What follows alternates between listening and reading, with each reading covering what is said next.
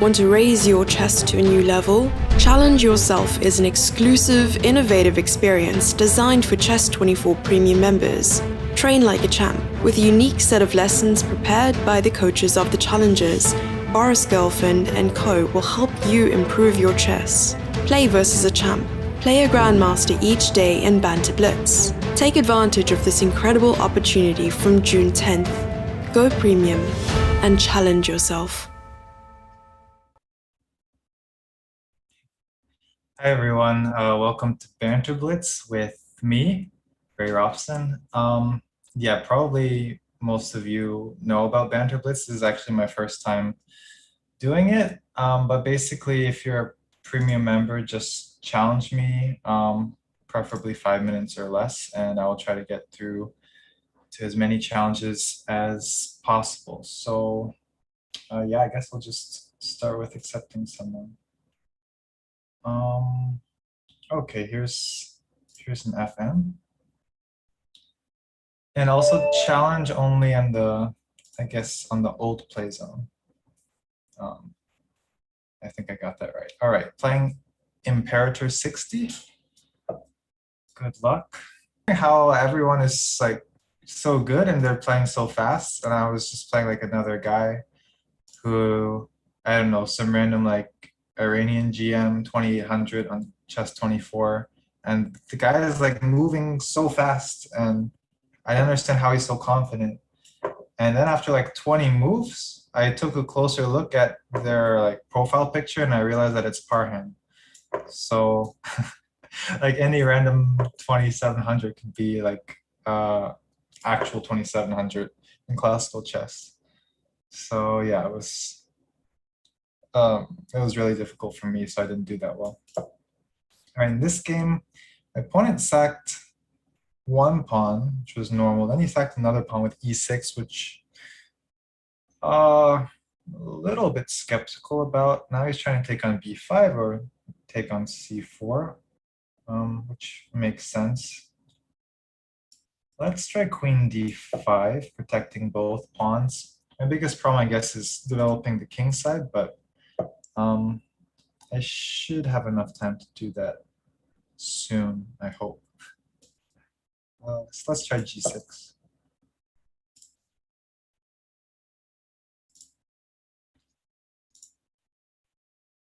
Let's try g6. Oh, so, Roland in the YouTube chat asked, what's your nationality? Okay, it's United States of America. Usually people don't ask, I guess they just assume. Okay, let's just keep developing. So he can take back c7. But yeah, as long as I can get developed, if I have to give back a pawn, that's okay with me.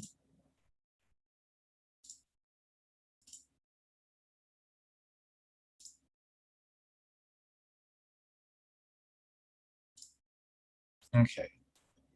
So besides bishop c7, the only thing I'm really worried about is if there's some sort of knight hop, like knight e5, or just moving the knight and creating threat of bishop f3.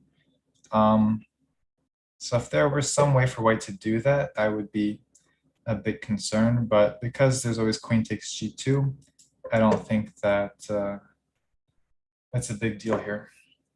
All right, so white takes one pawn. I will develop my knight. Let's go to d7, just not to block the bishop. Knight c6 was logical too, but I want to keep the queen bishop battery open just in case. And now white plays rook e1. So probably they want bishop f1, I'm guessing. Which kind of makes sense, but on the other hand, feels like I should have a good position here. So what should I do? One plan is to go for e5 possibly. I could also just put some pressure on the queen side, maybe like rook a3 or rook a2. I could also transfer my knight even more, transfer it through f6 to e4.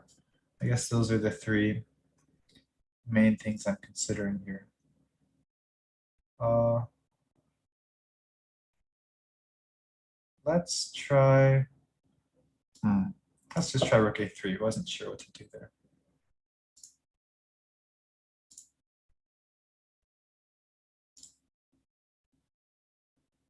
And there's lots of chats. I think there's a chess24 chat on the site and the YouTube chat and Twitch chat. So I'm trying to read them all, but might be hard. Okay, so queen d2. Now I can go for knight f6, and I get to e4 with tempo. I guess let's try that.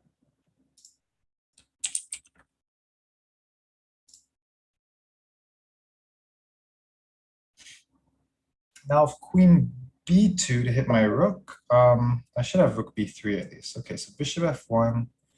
We'll continue with knight e4.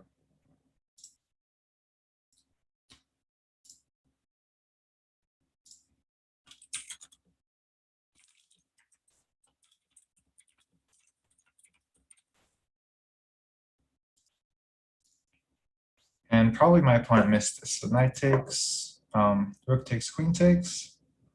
I just win an exchange. I guess I will try to take b5, and now there's a question of whether or not I can take f3, which is probably good. Rook takes f3, gf, queen f3. Have to take b7, queen b7. Should be winning. Maybe I have something even more precise, but I guess I'll just go for that.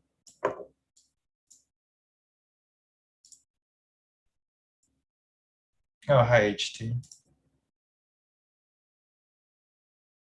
And hi win lost.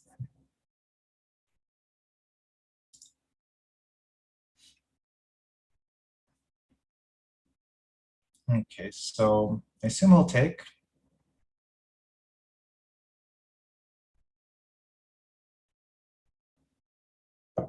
No, queen b2. Okay, that's a creative attempt. They want to take b7. I guess I'll just exchange the rooks off. And then still after gf3, queen f3, I have this battery, the queen bishop, which now is unstoppable because there's no way to get rid of the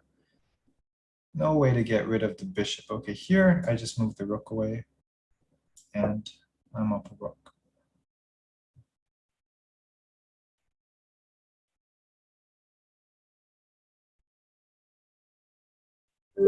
All right, good game.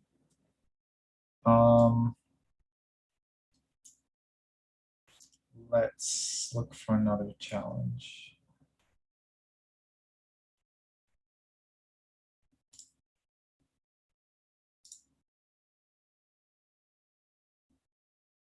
I guess let's accept.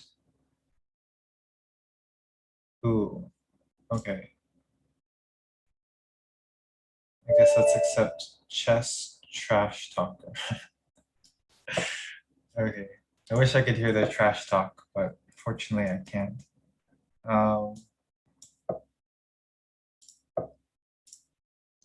Yeah, unfortunately I don't trash talk much myself anymore.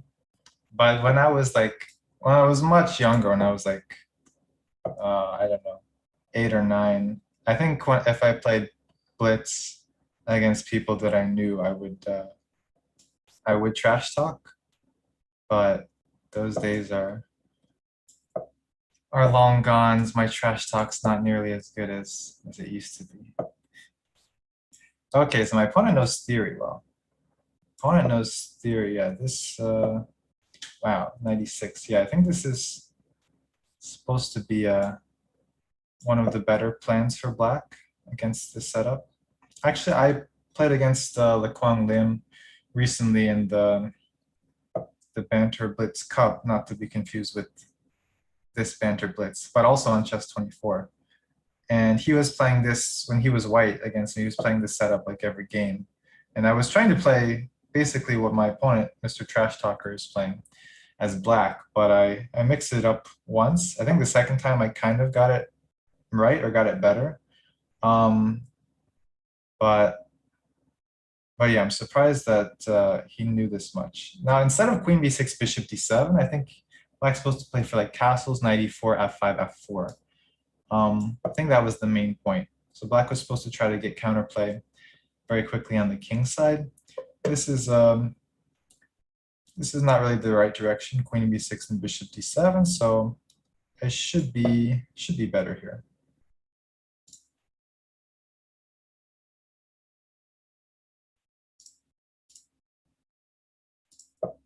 Okay, so the queen goes back.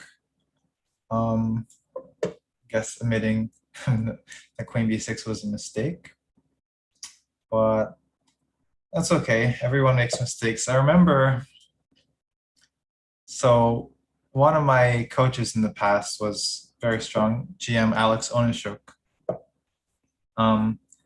And I went with him on a trip to Russia, played in the Moscow Open and the Aeroflot Open in 2009.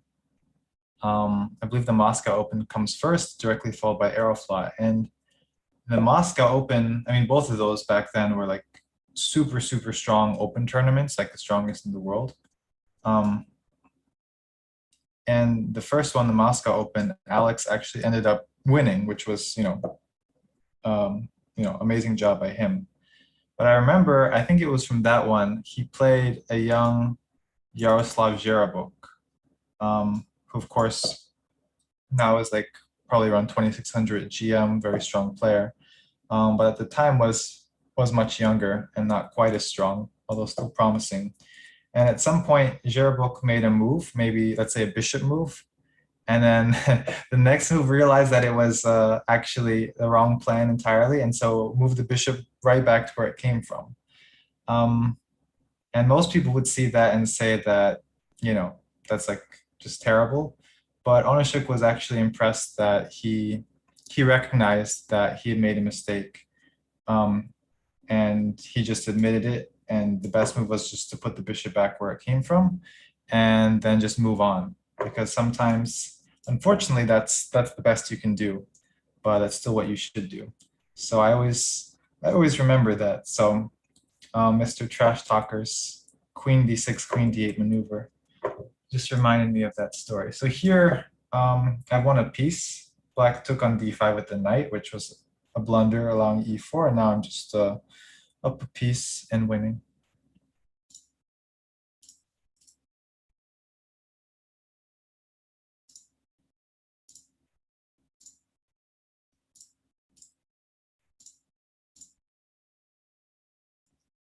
Yeah.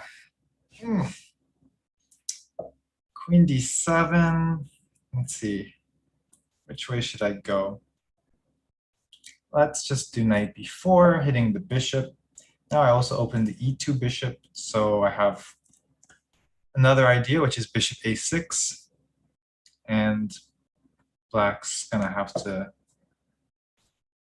lose something, either the rook or the c-pawn. So yeah, this is just winning for me.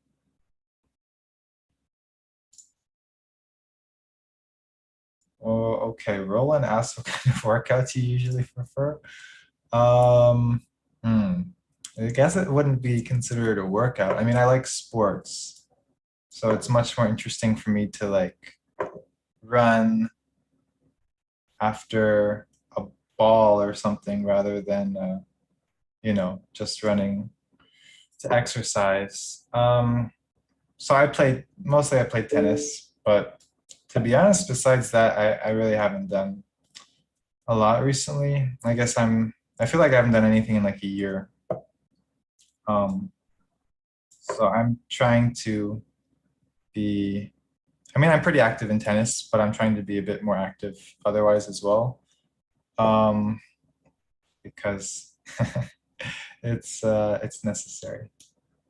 Okay, let's go here, offer queen exchange. Yeah, now queen h5. Many things I could do. Queen b7 is probably what I would have done.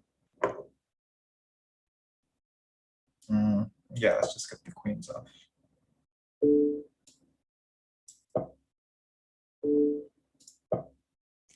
My rook is hanging, but so is black's rook. And if king f7, there's e6. Here I'm going to check. Don't quite see a mate yet, but should be coming soon. Check. Bishop g7, there's queen d8, so okay, black resigns.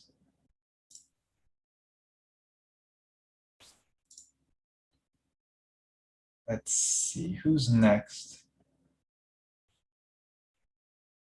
Okay, let's play 2600, Avenge 05. So 2600 is relatively strong, so this could be a challenging game. Let's just play Caro-Kann. Immediately takes. Yeah, I got confused in the first round of the arena right before this Banter Blitz. Renato Terry played like knight f3 and move 2, and then after exchanging a d5 played knight e5, and then I got completely confused. So it looks like my opponent is trying to do the same plan, but didn't get the knight to e5, so I'm not quite as scared. Yeah, because in these structures now, I mean, I always have the option of exchanging the bishop for the knight, which is never too bad. And then I have like very, very solid structure overall. So I could play bishop d6. Let's actually try knight e7 to g6 first. And then I could get some interesting play. So here, either bishop d6, and then I'm fighting for control of f4. There's also h5, which I was wondering about. Let's try h5. h3, and I'll maybe even go back. I could also take.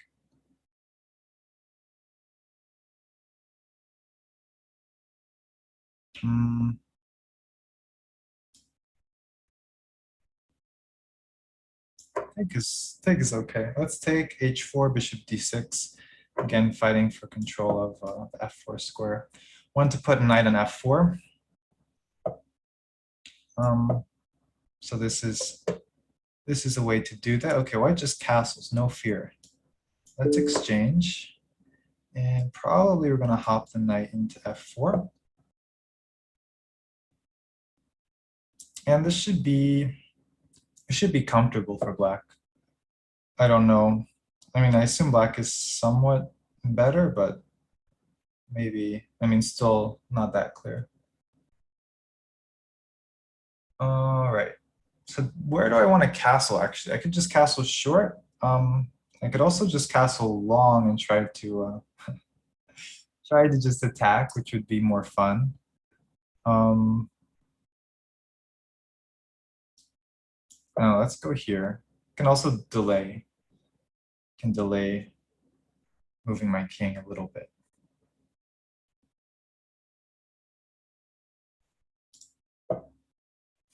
Who is your coach when you reach 2670?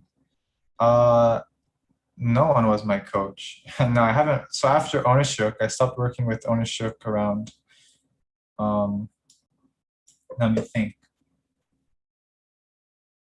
I'm not even sure exactly what year it was, like 2010 or 2011, I'm thinking. So yeah, after that, I haven't really had anyone who you could call a coach. I mean, even Onishuk himself was kind of not really calling himself my coach. But I would consider him as a coach during that time. So yeah, after that, I wouldn't really say anyone was my coach. And I don't know, probably that's not changing. Not changing anytime soon. But yeah, I reached 2670, actually 2680. I think I reached in 2015 for the first time. So it was definitely possible to improve without a coach. I think the biggest reason I haven't improved, at least in the rating since then, isn't due to like not having a coach. It's just that I haven't haven't studied chess. I think that's the reason. So by the way, I just made an interesting move, knight g8. Very slow, but I'm trying to go to f6, and then either I prepare g4 or I go to knight e4. Basically, I'm dominating on the king side. The only question is whether white can drum up like very fast counterplay in the center or queen side. So yeah, knight g8 was a bit weird, just because it seems like, yeah, white's going to play c4 or something, and I should be playing a little bit more dynamically, like not undeveloping my knight. But I thought that this line would be okay for me. And if white didn't have c4, then I was just getting the knight to f6, which was a really good square. So that was my thought process. Okay, the knight comes out to f6. Now I'm up a pawn. We've exchanged queens. Knight f7. Guess I just go here, protecting g5. So everything's protected. And now looks like g4 is coming. Let's play g4. And yeah, I guess probably g3. I mean, if you can get a pawn on g3, and especially with like a knight on f4, like I have, the king is usually going to have problems. King is usually going to have some problems. So let's take back the pawn. Bishop will move somewhere. I don't even know where, because g3 is coming, but also just rook d2 is also coming. Maybe even rook d2 first. And white is in huge trouble here. Let's go rook d2. And now let's say bishop c4 or something, or bishop f1. Probably I'll just take f2. I mean, g3 is tempting. Like I want to find a nice mate, but I guess taking an f2 is the simplest. Okay, 95. Let's go g3. I see a line g3, king g1, maybe h3, g6, h3, and then g2. And then white can't take my rook on f2 because I make a queen. So that looks like a forced win.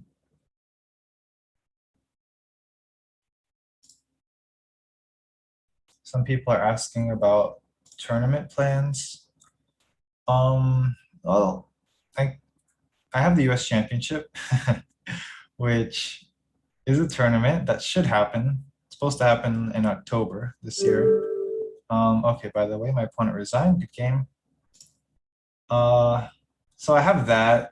I don't really plan to play anything before then.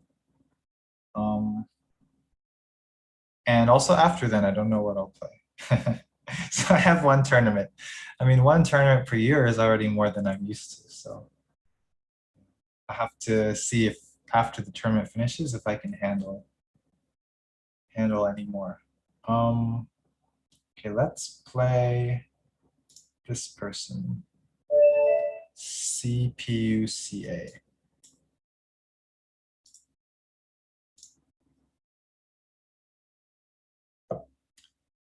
Okay, let's go knight f6. Probably gonna go for king's Indian. Okay, let's play London.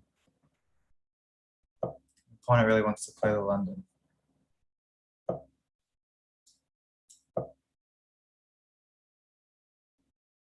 So okay, here white.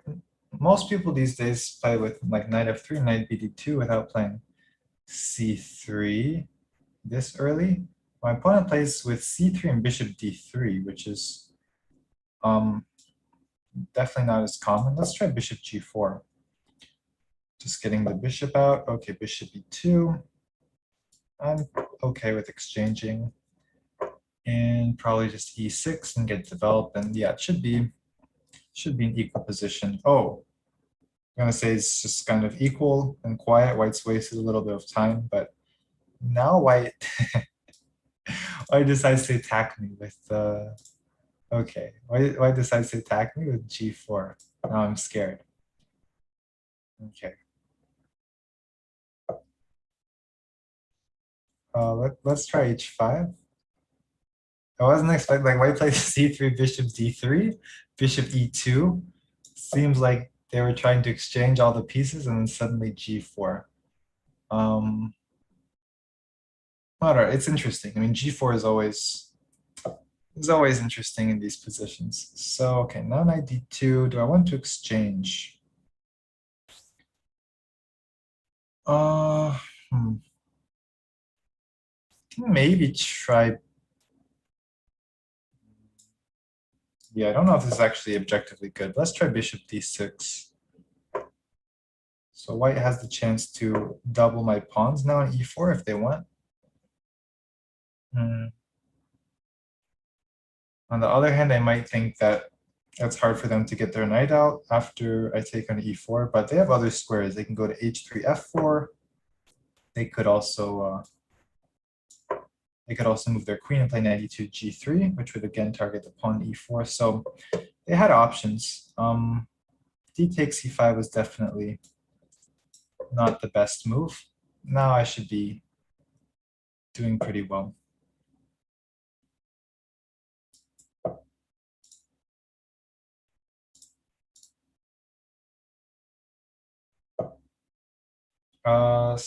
Gilgamesh asks, you didn't have any seconds for openings? No, I did not. I have not had seconds for openings, no. Guess that would be nice, but it hasn't happened.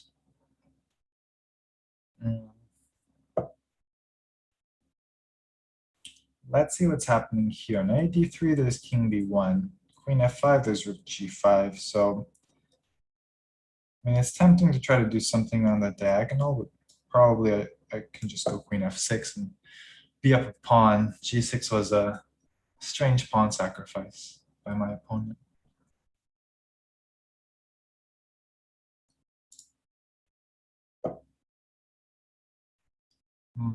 Very, very interesting question. Do you think a 300 rated player can become world chess champion? I mean, depends how old they are. I guess everyone can be 300 at some point. Usually, hopefully when they're starting. I think my first ever rating, I played a tournament. I think I only played 2 games and then I withdrew. But yeah, my rating after that tournament was like 100 or 100 something. And that's probably a pretty accurate representation of my skill level at the time. So, and I'm not world champion. Probably will never become world champion, but I was only 100. So if someone is already 300, they might actually have a shot. So I guess I would say yes, it's still possible. Okay, let's just exchange. Oh, also I should be careful. I don't know if there's actually any increment here. Haven't been able to figure that out. Oh, I think there's not. So my opponent's gonna try to flag. Oh my. Okay, let me focus slightly. Someone also asked if I speak Chinese a little. Yeah, a little is probably the right way to phrase it. Yeah, I guess I probably still remember a little, but not more than that, unfortunately. Okay, so I'm gobbling all the pawns. Only question is whether my opponent will be able to flag me, but I don't think that's happening. Here comes the H pawn. Oops. Oh no, the auto queen. They don't have auto queen on. I should try to avoid promoting pawns because that will take like an extra 2 seconds, but looks like I won anyway. All right, good game.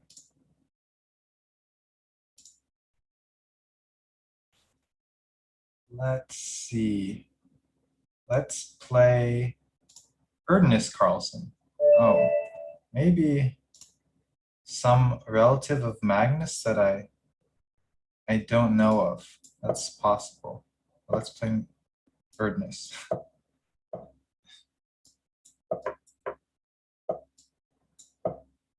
I think this is another one of the no increments, so I have to be careful. Erdness is coming for me. Let's play this. This is what Giri played. Interesting move. King b1. Obviously, usually white plays f3 or f4. But you know, King b1 is probably not such a bad move.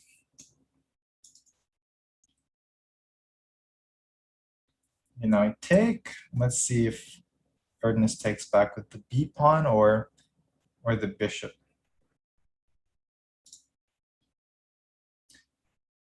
Can I try and play Dubov line once? Oh, initially I thought someone was asking if I could play against Dubov once. And yeah, I would be happy to play against Dubov once, even more than once. But I don't know what's the Dubov line. I feel like Dubov has so many lines that need to be more specific.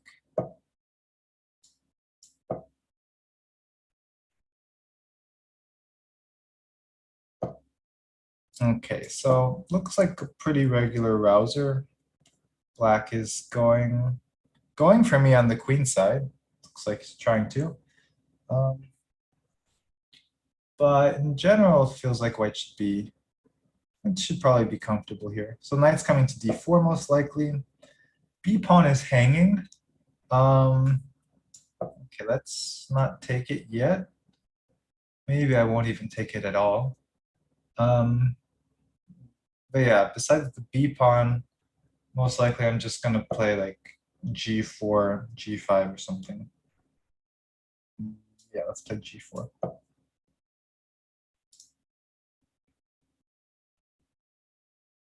Yeah, the thumbnail picture was interesting. I don't think I was the one who chose that. I mean, it's not a big deal, but it's kind of funny. But yeah, that is indeed me, just looking slightly different than right now. But I guess that's how I used to look, so. Yeah, I think my opponent blundered. Bishop b7. I mean, I had bishop b5. I mean, I had lots of good moves, but knight b5 is the most simple.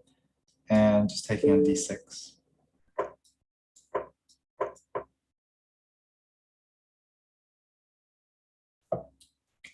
d8. Okay, so let's start with a check. Now black will go king e7. So we can take. Rook b6 is also very, very tempting. Probably the strongest. Rook b6. Now bishop c5 is a huge threat. So black needs the d8 square for their king. But so there's rook b8, but I mean bishop c5 and bishop d6 or something is game over.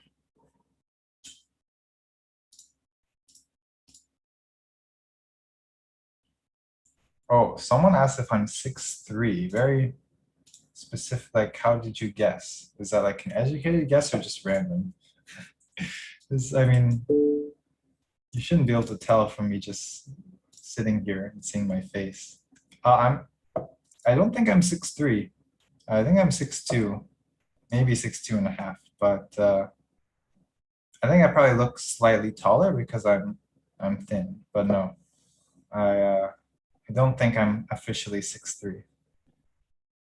Let's see. So the rook is takeable. Yeah, let's just take. And let's just go here. So black has king a7. I take b7.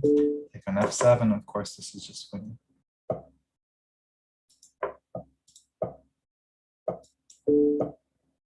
My opponent is speeding up.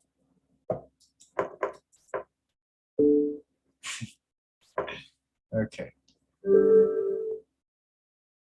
Good game.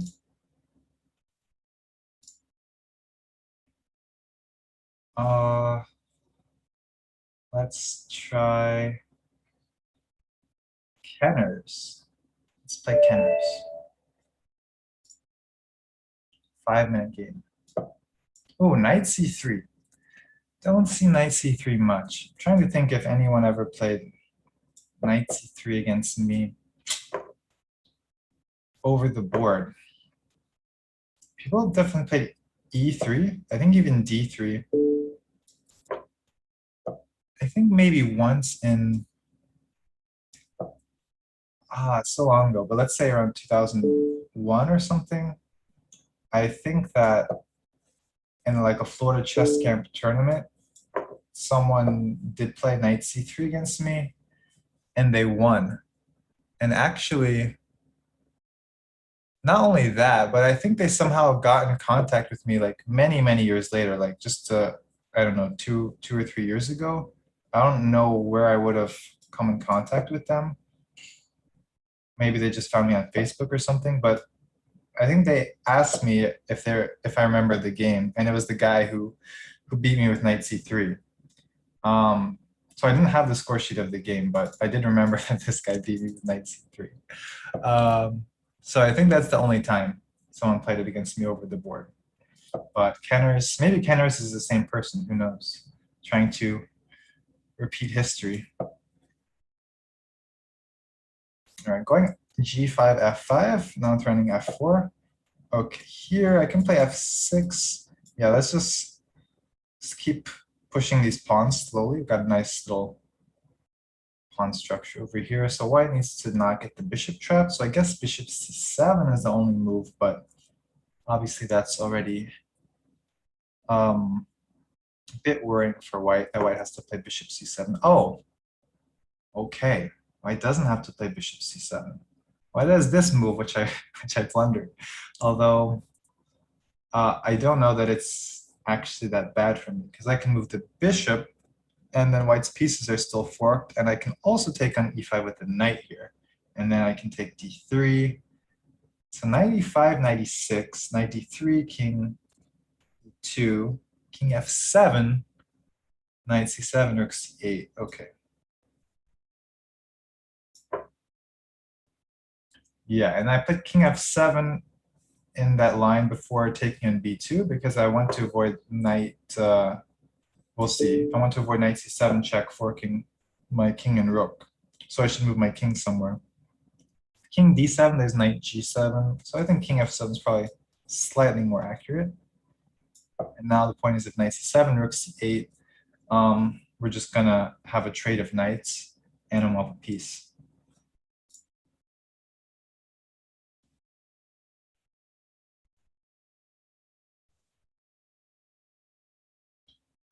It is not an antenna. That is, what is that?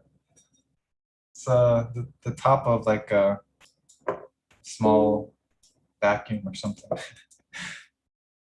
Okay, so up a piece. Yes, so someone's asking about the height again. Yeah, Daniel Herditsky and I are very similar height. I think, so he came to Webster University several years ago when I was there, and we played basketball and stuff, and yeah, we're basically like exactly the same height. I mean, maybe one of us grew slightly since then, but at the time, we were like exactly the same. Right, g3, let's play f4. I don't mind giving white a pawn, because my f5 pawn was like not a very good pawn. And if white takes an f4, then that pawn will not be a very good pawn. So here again, I could have just taken g3, but why not just offer that pawn again?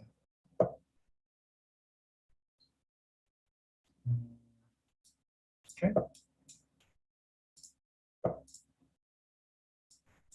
Let's exchange these rooks. Have I ever played Candace? Candace. I mean, is there a famous person named Candace that I should know about? As I, that's I don't know if I've played Candace. Probably not, since I don't know who that's supposed to be.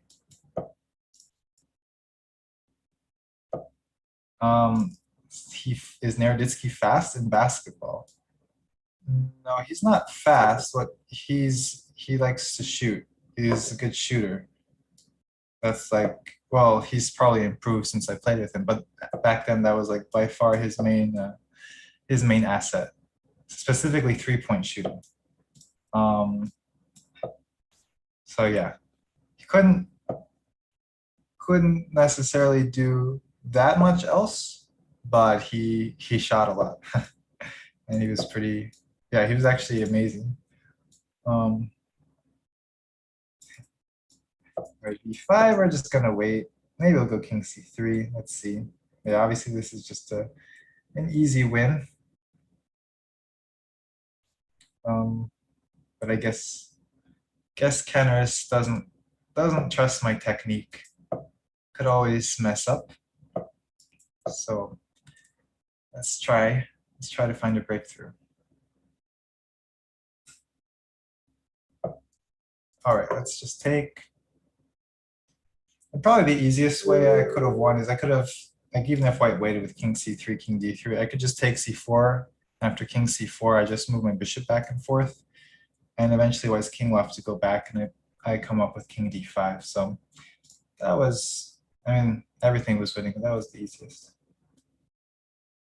All right, let's play Chess Beast Austria. I assume they're from Austria.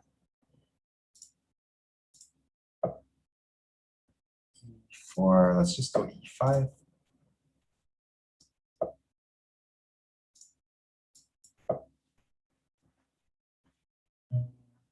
Let's see what Mr. Beast is gonna play here. Bishop c4. Okay. Let's go knight f6. Most people go bishop c5, although knight f6 is obviously pretty much equally as common. So okay, white's going for these lines which are playable, but which are more commonly seen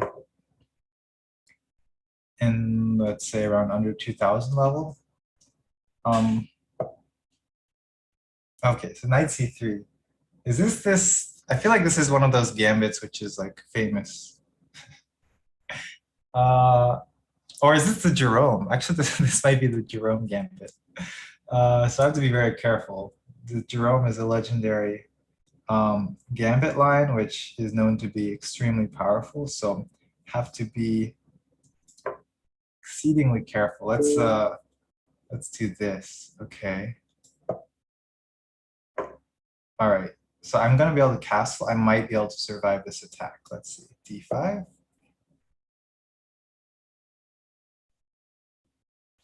Yeah, if I had taken that knight with the pawn and move 6 after knight c3, I would have probably gotten crushed.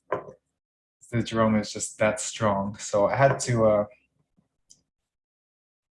make sure I was a little bit safer.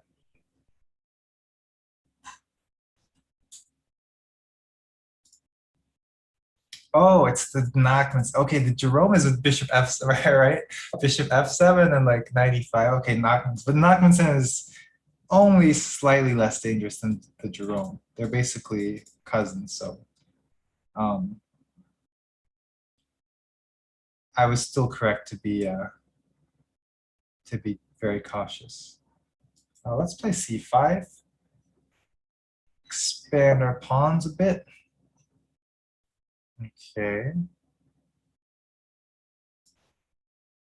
Let's just, again, be solid. Bishop e6, defend d5, everything's protected. How old were you when you were 2000? I assume you were talking about FIDE. In my mind, when I think of how old was I when I was 2000, I think of my US chess rating, USCF, because I didn't really play many FIDE events before around the time when I was 2000 USCF. But 2000 FIDE, I think when I played the 2005 World Youth, so I was I was 10. I think by that time, my FIDE rating was like 2020 or 2021, maybe. I think, yeah, I think I was 2020 then. And my only FIDE tournament before then might have been like the 2004 World Youth. So it might have just been based on that tournament. Maybe there were a couple of other tournaments which also happened to be FIDE rated, but I'm pretty sure that there wouldn't have been many. Yeah, I had a good tournament of that 2005 World Youth, so I probably went up, I don't know, at least 100 points after that one. But yeah, my FIDE rating back then when I was like 2000 was probably very underrated because I was simply playing in like USCF rated tournaments and almost none of them were FIDE rated. All right, so here in the game, my position has been improving. Still up a pawn, still have two bishops, but I've moved forward and white is moving back a bit. I guess let's bring the queen up into the game. White couldn't take on d5, of course, because there was bishop takes h2 check, and I win the queen. Now white has to deal with this pin, which is annoying. Bishop g3 is a decent move. Let's just play h6, solid.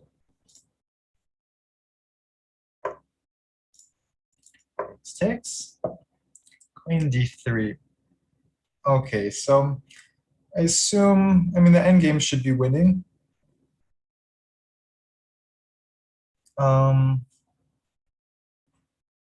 Endgames should be winning here. Let's take, and then let's actually not take the knight yet. I feel like we're probably going to end up taking it. But at some point, let's say when I take on a2, I'm going to be threatening a back rank mate. So I think then white's going to have to spend a tempo to play like h3, and then I can take if I want to. And I basically gain the tempo. Because if I take an f3 immediately, gf, white has the g2 square for the king. And there's no back rank mate threats. All right, here, let's just go after the c-pawn. Let's try to get c3 and d3, and then we'll have these three connected pawns in the center. Okay, so h3 happens. Now let's take.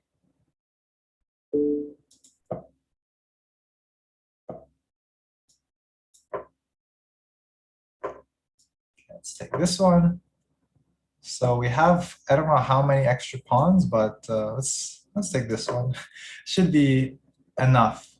I don't know how many extra pawns it is, but it's enough. Let's start pushing.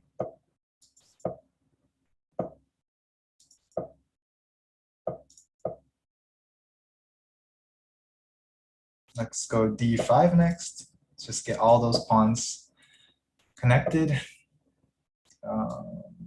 Check.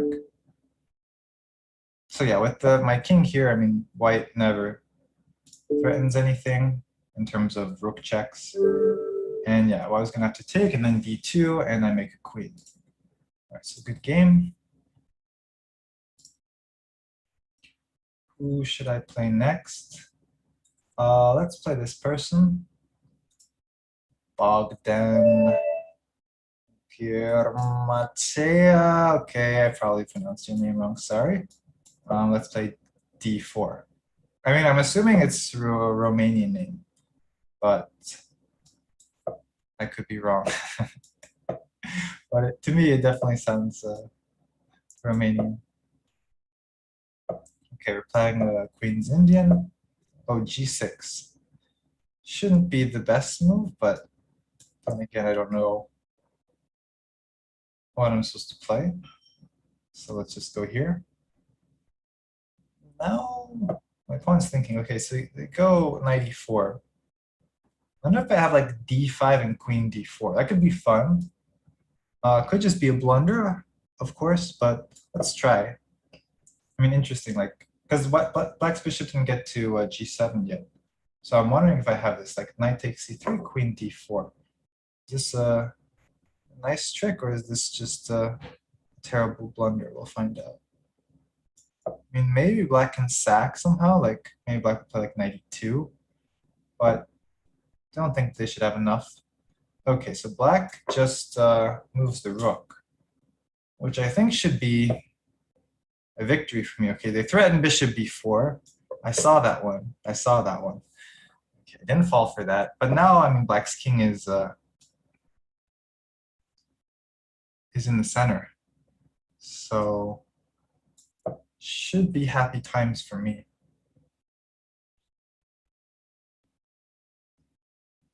So it means black's king has to castle, I mean, black has to castle long, but okay, I really don't believe that castling long can ever work for black here. So yeah, that's why after rook g8, I think like just strategically, it's just bad for black. Okay, rook d1 logical, probably the bishop will go back, although let's see. And then I have lots of moves, but in general, the position just has to be good. I think just normal developing moves should be good enough. Like I could play bishop f4 or something. Let's just do bishop f4. I mean, bishop g5 was a move, but then maybe bishop f6 was a defense. So yeah, I decided to just play bishop f4, probably rook c1, and just centralize, activate all the pieces, and see what black is going to do with their king.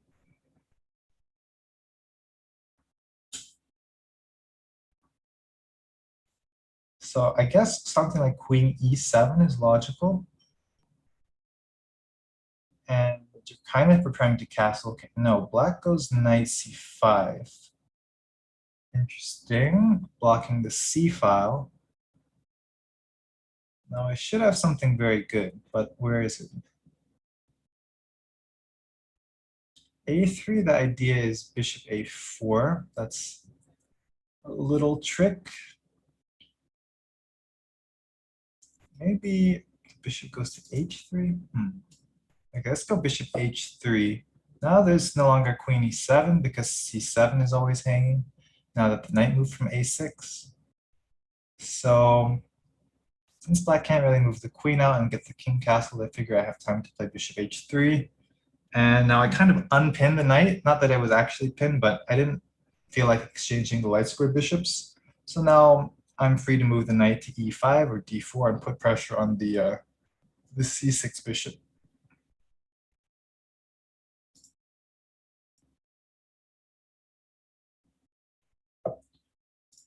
Did I expect to become a GM or was it a surprise?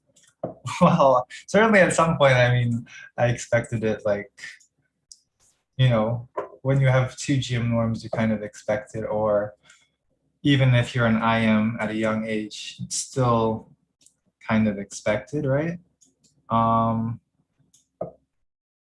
But yeah, before, I mean, I was never very confident, so I was never sure, even though like, obviously I had some potential. I was never actually 100% sure in myself. Okay, so this is very interesting. I really want to just sack for content. I mean, this is like a rated game, but I just can't help myself. It's not objectively the best, like black can defend, but I think there's no increment, so it should be playable. With no increment, this sack should be playable in Blitz. Yeah, so sacking for content. Okay, bishop f5.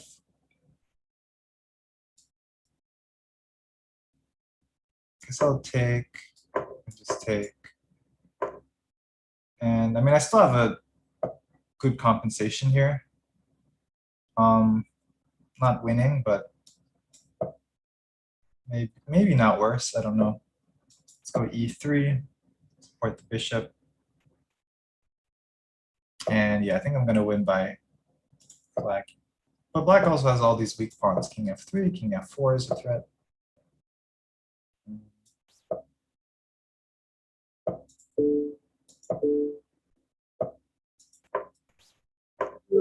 All right, good game. The sack worked. Let's see. Let us play Let's play Lego 94. Don't know if Lego was born in 94, but if so, that's the same year as me.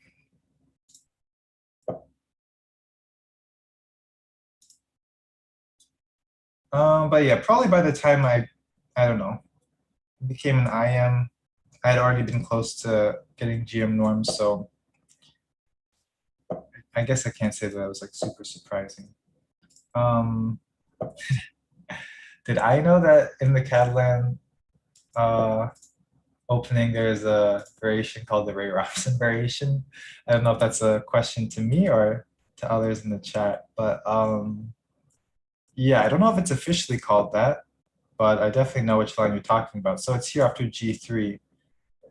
D takes C4, bishop G2, bishop B4 check, bishop D2, very common. And here's C5 is the line that I played many, many times back around 2009 to 2012-ish, I guess, with black.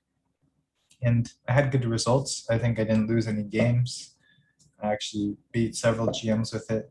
So yeah, I mean, if there's any opening or any line which would be named after me, I guess it would be that one. Because I was basically like the main person who was playing that line over and over with black.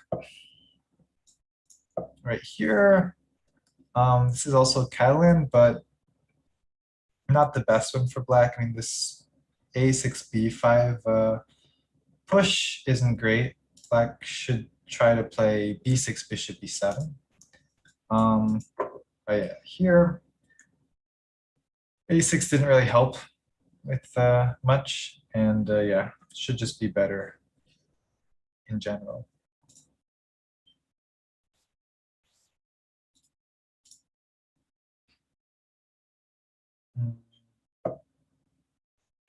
How do you get good at tactics? Just lots of repetition of of tactical patterns. I mean, lots of the books or materials that I read when I was young, when I was, just learning, were tactics based, like either actual tactics or just like checkmating patterns. Some of the first books I read were like Fred Reinfeld's, I think like 1001. There was a whole series, like 1001 checkmates, 1001 this, 1001 that.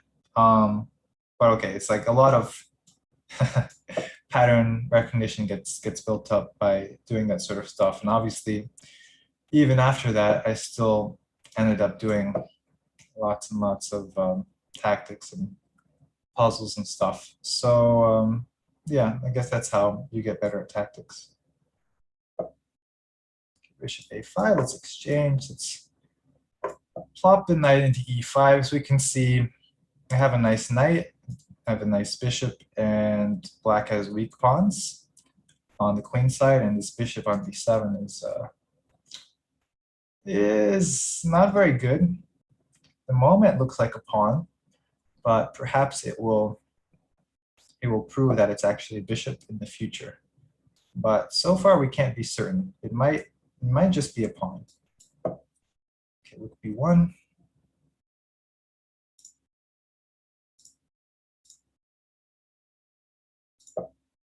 Knight D5. Okay, I have to watch out for knight C3. Let's just go rook B3, maybe rook B1. How long is the queue? Well, the queue is long, but I'm kind of just taking different people's challenges. So it might not matter actually whether or not you're the first in the queue, because I'm not really going in order.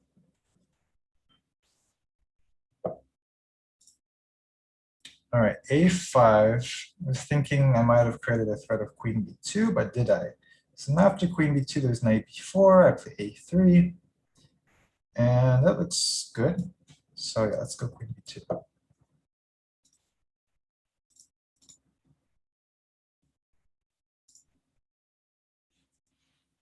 Hmm, what was the most surprising thing that happened in your chess life? That's uh that's such a difficult question. I mean, have to recall every single thing that happened in my chess life. Hmm,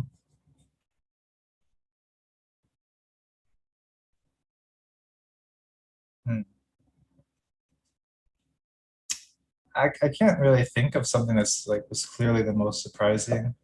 I mean, I got into the US Championship in 2007. And the way you qualified back then was like not the same as now. There were more players who could. Oh, is this a, by the way, this is a very interesting idea. Rook b7, rook b7, queen b7, rook b8. If I do like queen c7, rook b1 check in between, I have to block with the bishop, and then they take my queen. So I can take on a6 instead of taking the queen there, which should still win. Um, so I guess I should still go for that, but that is a nice trick. So yeah, around that time, 2006, 2007, 2008, the way you qualified um, for the US Championship was a bit different. So even though in like 2006, I was still very young. I would never qualify for the US Championship these days, but somehow I made it into the 2007 championship. And yeah, I mean, I was very young, maybe like 12 or 13. So I think that was a bit unexpected. Um, so that's the best answer I have for now. Okay, well, I have a big challenge. I don't know who this is. A 3000 GM pawn holder.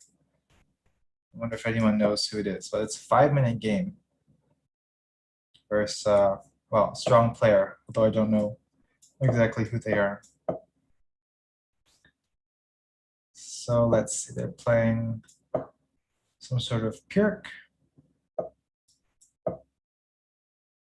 Yeah, I used to always play the f4 attack, but this one, of course, is also a good line, very common for white. Although I can't say that I actually know the theory super well. Black goes knight c6, tempting me, provoking me to play d5, which I guess I will do. And now knight e5. So now do I want to take this or do I want to just ignore this? I think I'm going to take. And now, I don't know, bishop c4 looks logical to me because, maybe black doesn't want e6, black wants c6. I'm not sure. I feel like black wants one of those pushes. But just in case e6 was the intention, I'll go here. So now if e6 I take, and black will get double pawns in the end. Although sometimes that's still all right for black, that sort of pawn structure with e6, e5.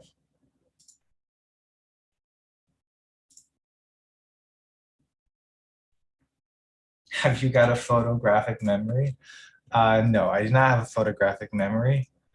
Um, I had a good memory for sure when I was a kid. Um, better than now, I guess.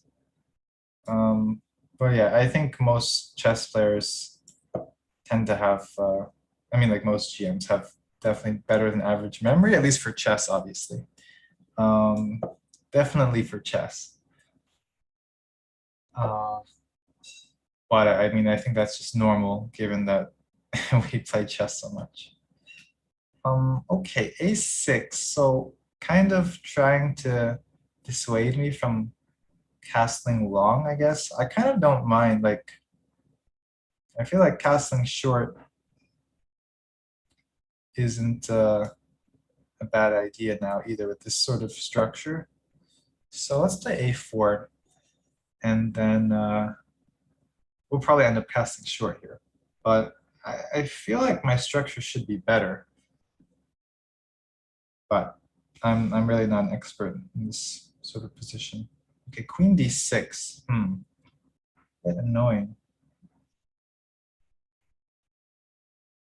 So somehow there's f5 coming, and if I play f3 at some point and I castle short, there's like a check on c5, which is a fork. So a little bit sneaky. Let's try f3. There's also queen c5 here, but somehow I didn't believe that it would be really working for black.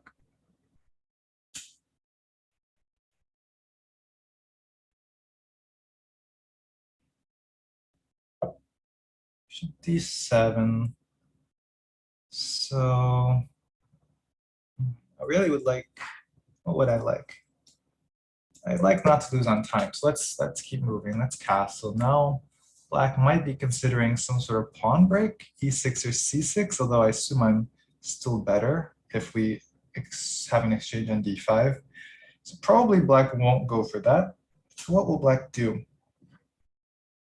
Queen on d6 is it's interesting. I feel like maybe black would like to put the knight on d6, but it's a little bit hard with the queen there. I mean, the queen doesn't have that many squares. Maybe you could play knight e8, queen f6. So I don't know if that's the ideal square for black's queen.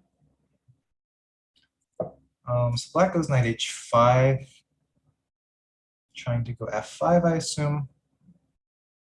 And what should I do?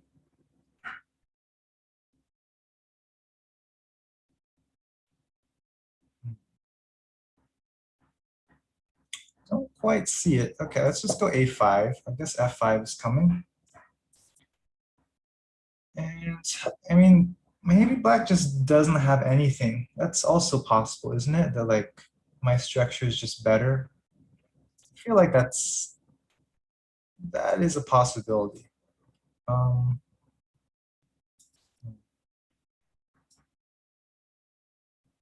don't even know if I need to move the king. Let's go here. It's a 5-minute game, so we still kind of have plenty of time, but on the other hand, I think there's no increment, so do have to keep that in mind. So yeah, king h1, I'm not very certain of any of any of my moves at the moment. Okay, allowing g3, knight h3, bishop e3, f5. Really going for it. I'm just gonna go here, maybe prepare to put some sort of piece on a4. Okay, g5. They're really going for me.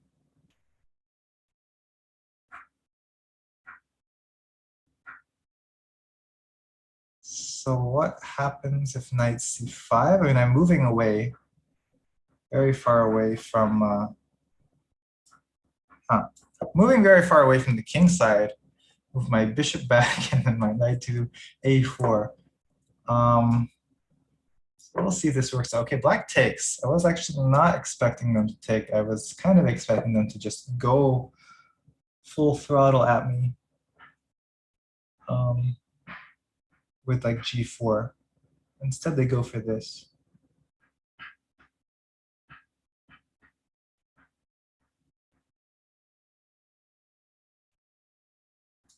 Okay, I have to speed up. I'm way behind on the clock. So now I just have to kind of move on instinct. So the reason I played knight a4 is now, I don't know. I thought this meant I made some progress on the queen side.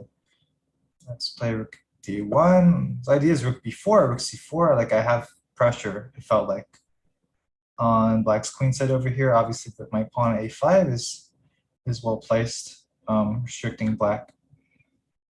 And now that black like played all these weird moves like h4, I mean, black's not really threatening anything too soon, I think, to my king at least.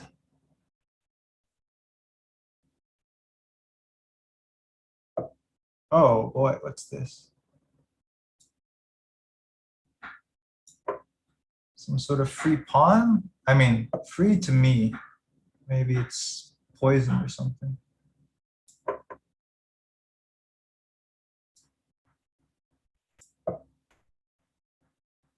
C3, bishop C4.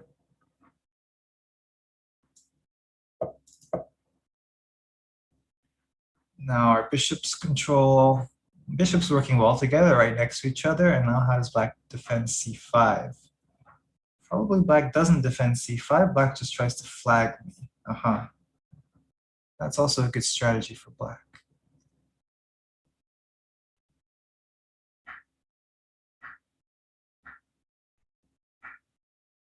So I have only 27 seconds. Oh, that's a good practical choice.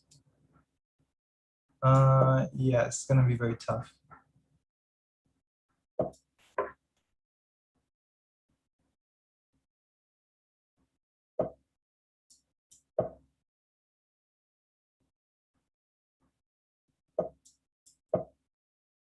Oh shoot, there's bishop e5. I forgot about bishop e5 immediately. Is it mate? It's not mate yet. I don't see the mate. My king runs all the way, but could be bad. Yeah, it's lost. Black fine. Yeah, he found it. Okay. Unfortunately, he found it, so now I have to try to flag him.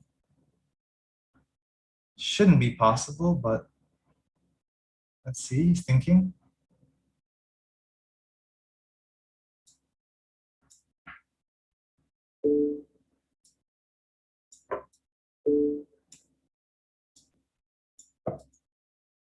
Oh my god. He found this mate? Is that real though? What, I mean, what is this? Is this really mate? No, that's crazy. Void. Is there a way to avoid mate? So king d2, bishop f4, I get mated. So this was a blunder, but so bishop f1 is the move. Bishop f1, bishop g3, king d2, bishop f4, king e2, queen h2. What? Wait, I get mated? But who thinks of knight g2 instead of taking the queen? I don't understand. Like knight g2 is basically forced mate, I guess. But who takes on g2 instead of taking my queen? Okay, that was crazy. I don't know who Mr. Pawn Holder is, but yeah, very nice mate. I was winning before. I should be probably just shouldn't take the rook actually. I just had to not take it, I guess. But yeah, interesting game anyway.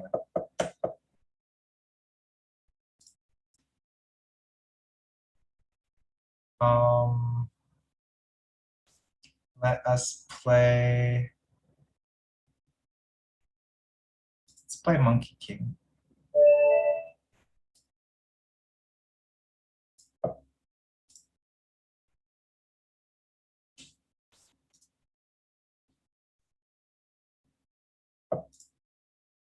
Is memorization crucial in chess? Oh, I mean, I don't know. It definitely helps to have a good memory, but I think you can get pretty far without having like an amazing memory. So yeah, I don't know if it's crucial, but it definitely helps. Like especially for the very highest levels, I think it helps a lot. So I think it's not surprising that those guys usually have very good, at least chess memories. I don't know how good their regular memories are, but probably pretty good too.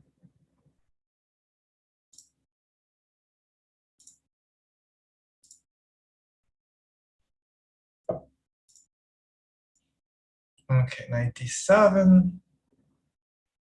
Let's just gain some space here.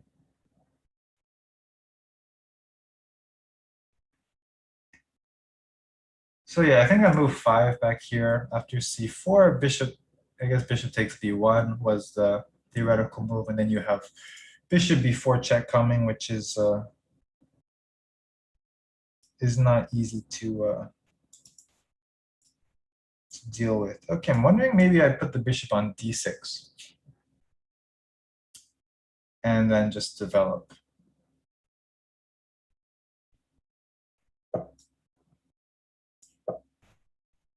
I don't know if this is actually the right choice. Now I guess black will play e5. And then if I castle, there's some sort of trick, maybe ed bishop c2, which is a little bit annoying. Maybe I could have just taken there and rook e1, I'm not sure. Okay, black plays b6. Let us try, let's see, should I play b4 or just castle? Let's just try to castle.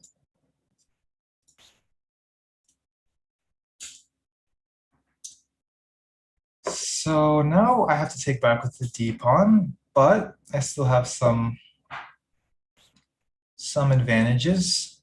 Bishop on d6 still is probably strong, so I can play bishop a6 here. Now my 2 bishops are basically trapping black's rook on a8. So at some moment I could just play bishop b7 and probably win material.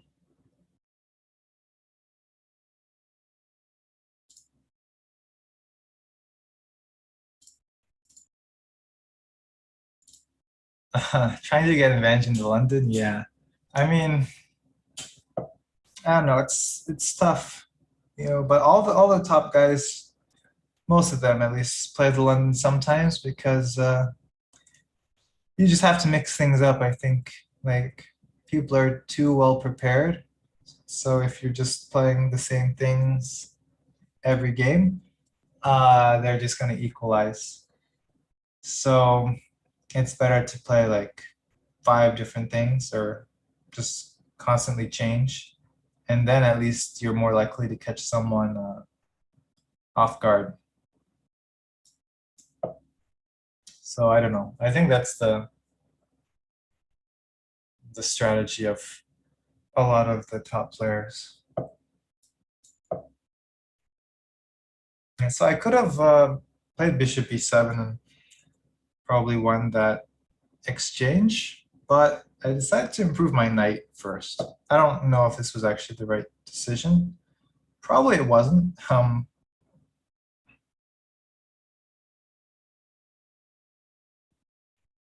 But that is what I've gone for.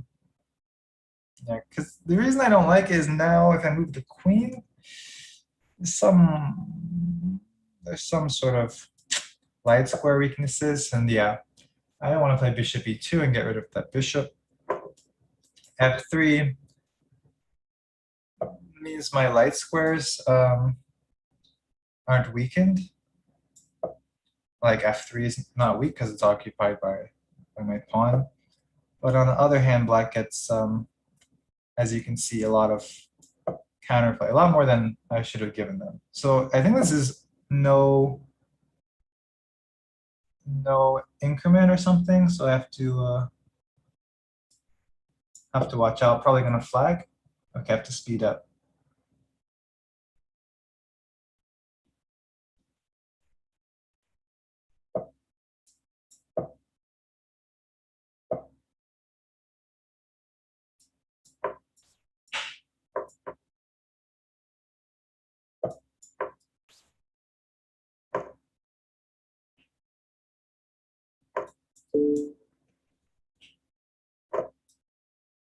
Okay, a little tactic there. That definitely helped me out a lot. And now it's just a time scramble, but as long as I don't get mated, I think I will survive this time scramble.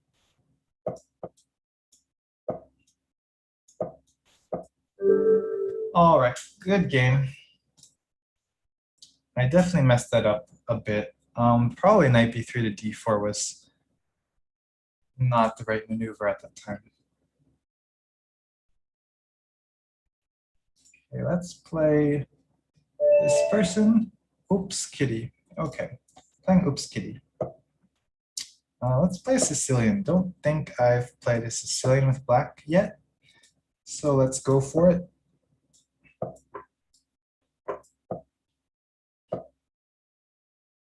And okay, let's play the rouser, which one of my previous opponents played against me, but this person plays bishop c4. I went for bishop g5 with white.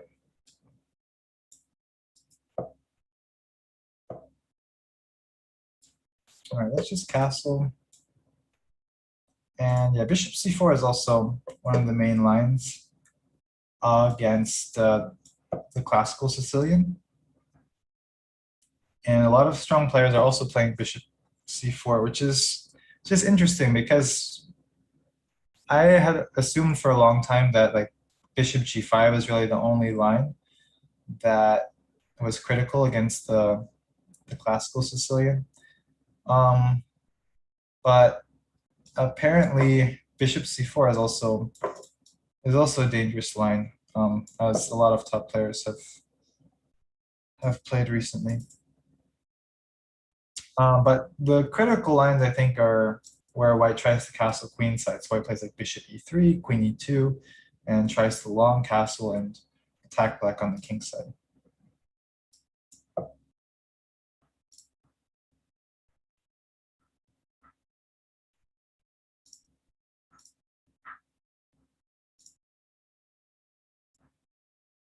All right, so now it's basically like it's a Scheveningen structure.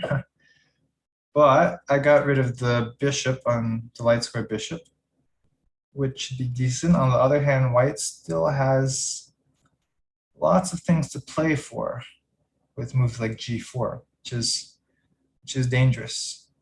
And g5, f5 is coming, and yeah, that's a serious attack. E5, oof. This could be a problem.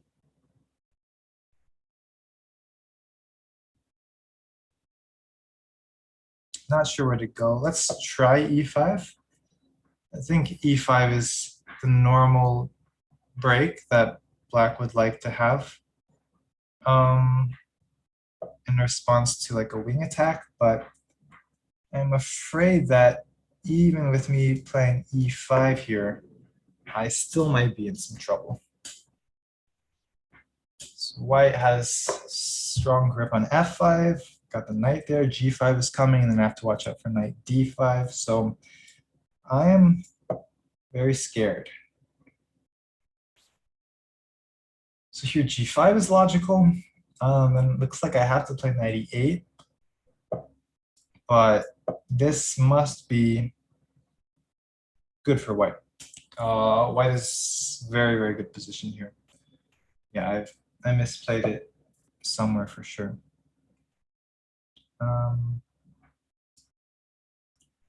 Let's try g6. At least get this knight off of f5. Knight d5, interesting. So white forces me to take, and now white has the choice to either take e7 or to play knight h6. White goes for this one. Let's go here. So I was hoping I might get in like f6 or, yeah, let's try f6. I mean, I need to get some sort of counterplay somehow. Problem is, I mean, I don't know if it's a problem. So I can move the queen somewhere, and I can't take because bishop g5, but I can maybe take this pawn now. And it feels like I'm escaping. Feels like I'm escaping. Now my knight comes out. And I think white's king suddenly is now weaker than mine. Now I take, and bishop f8, rook f8, and suddenly I'm up a piece. So my opponent, Mr. Kitty or Mrs. Kitty, played well for the first 17 moves, I would say, and was much, much better. But Unfortunately, they misplayed after that. Good game.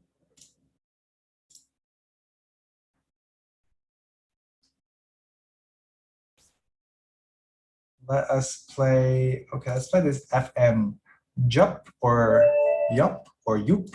Not sure how to pronounce it. 2800, so they're relatively strong as well. So this should be interesting. Okay, so this is the last game, guys. I was just informed. So let's try our best against Mr. Jup.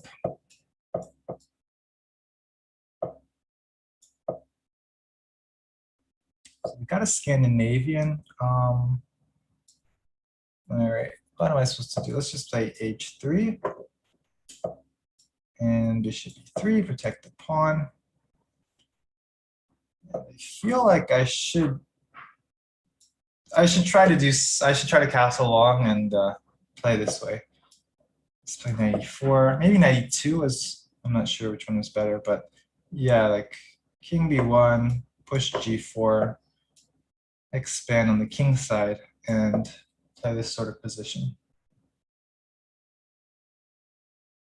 But what to do if, okay, knight D5. Let's just go king B1 for now.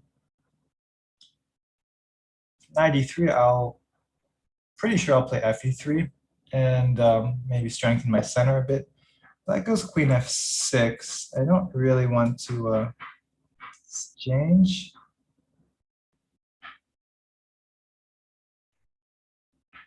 Let's try queen G3.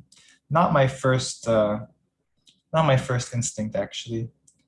First instinct would have been just queen E2, but okay. I was trying to create a threat of bishop G5, and the idea was hopefully if black took, then I would take with the f pawn as I did and improve my central control.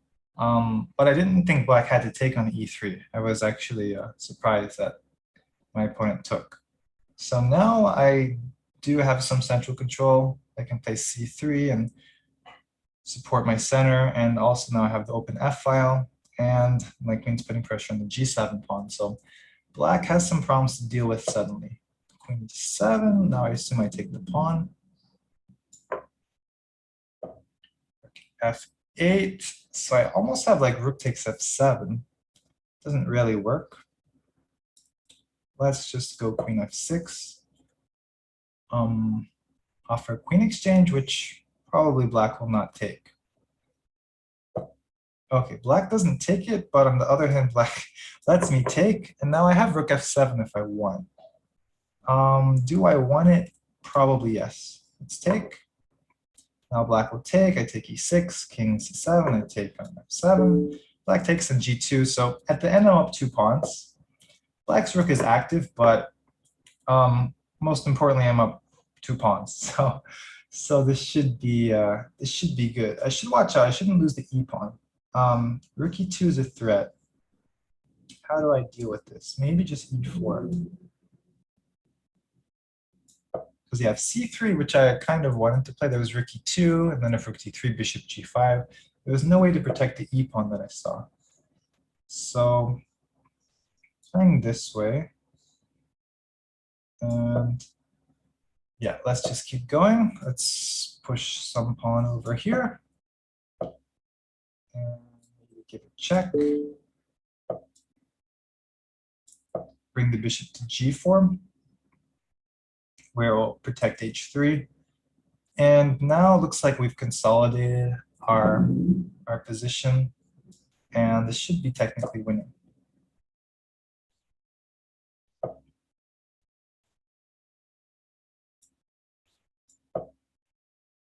I can maybe play A5 next and try to open up some more lines, maybe open up the A file. Let's try A5. Black can take and I guess hold on to the pawn, but it's not a great pawn in A5.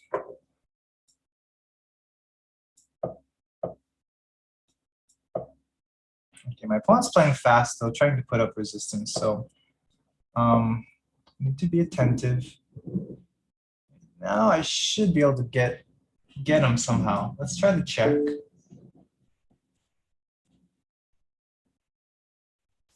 King A6, I've got bishop C8, and I got some sort of mating net with C4, rook A7, and if the king comes to C6, I always had D5 check. So check, King A5, rook A7 is mate, King C6, actually bishop B7 is checkmate. So my opponent resigns. All right, good game to jump. And yeah, I think that was the last game. Thanks everyone for the challenges. And if you didn't challenge, then thanks for watching. And I didn't get to your challenge, then hopefully next time I will get to your challenge. Maybe you can remind me. But yeah, thanks. Thanks everyone. And yeah, I actually did this because I was invited to play the Banter Blitz Cup a few weeks ago. So thanks to Chess24 for inviting me to that. I had a lot of fun and I really appreciated the chance to play. So yeah, thanks again and bye everyone. Want to raise your chess to a new level? Challenge Yourself is an exclusive, innovative experience designed for Chess24 Premium members. Train like a champ with a unique set of lessons prepared by the coaches of the challengers. Boris Girlfriend and Co. will help you improve your chess. Play versus a champ. Play a grandmaster each day in Banter Blitz. Take advantage of this incredible opportunity from June 10th. Go premium and challenge yourself.